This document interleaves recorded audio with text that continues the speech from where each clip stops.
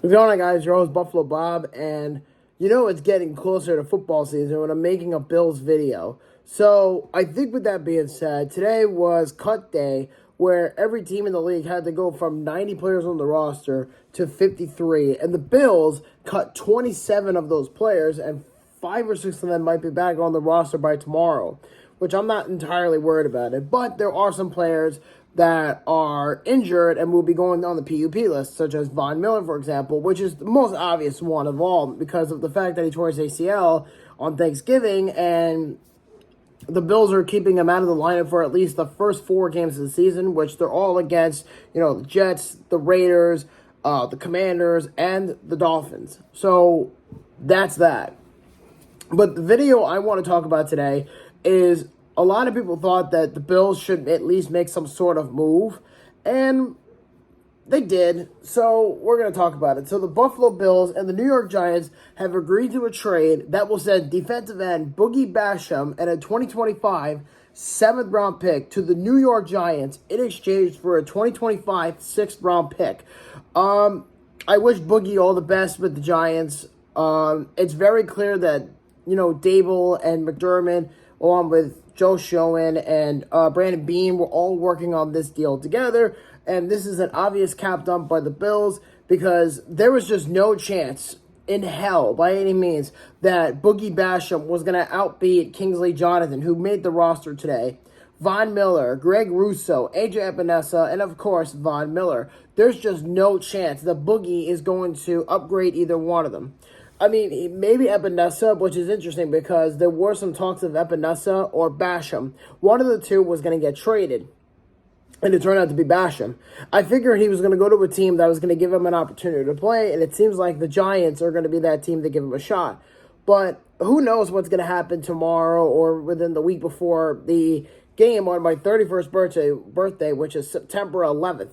And when they play the Jets. But who the hell knows? I mean, the Bills are just going into this year trying to get rid of some vets, and they're trying to bring in the young kids to come start playing for them, which isn't a bad idea. But I think, though, taking into consideration that what Boogie Basham was supposed to be just never turned out that way.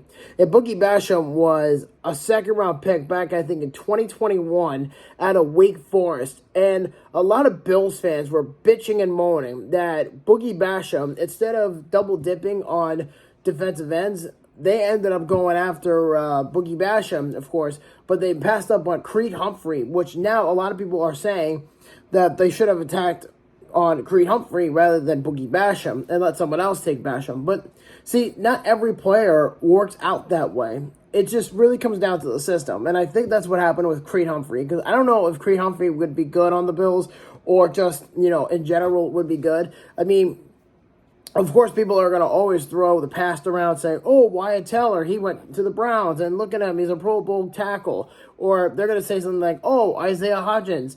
But the thing is, people are taking a complete misconception of the fact that the Bills were trading guys at the time of these videos or at the time of those moves, is that nobody knew that Wyatt Teller was going to be available. But here's the catch. If they didn't make the Wyatt Teller trade to the Browns a few years ago, the Bills would have never have gotten Stephon Diggs. So they basically took all of the assets they got from the Browns and they flipped it to Minnesota to get Diggs. So people need to just shut the fuck up and let that roll out on your tongue. Because without those picks from the Wyatt deal, or the Wyatt Teller deal, whatever you want to say it, they would have never got Diggs. And then he probably would have been on the Patriots with Brady. Who knows? I don't know. But again, I'm just stating a fact here, guys. It's really not difficult to understand this. So I think, though, with that being said, the defensive line looks pretty good from what it's looking like now. I mean, I assure you there's going to be more moves being made. I assure you there's going to be plenty of trade rumors going into the start of the season. There's going to be a lot of talk. And this is usually what happens on cut days. There's trades. There's, big moves that are being cut from the roster and all that jazz. So I really don't know what's going to happen from here on out. But what I do know is the Bills are going to be bringing back some guys they released back onto the practice squad, which is not a bad thing. So, like Reed Ferguson, he got cut, but he's coming back tomorrow. So it's like, okay, cool. Andy Isabella, he might be back on the team if teams are looking at him saying he might get interest. We really don't know. So we'll see what happens because nobody really knows for sure. So what do you guys think of the trade? Do you like it? Do you hate it?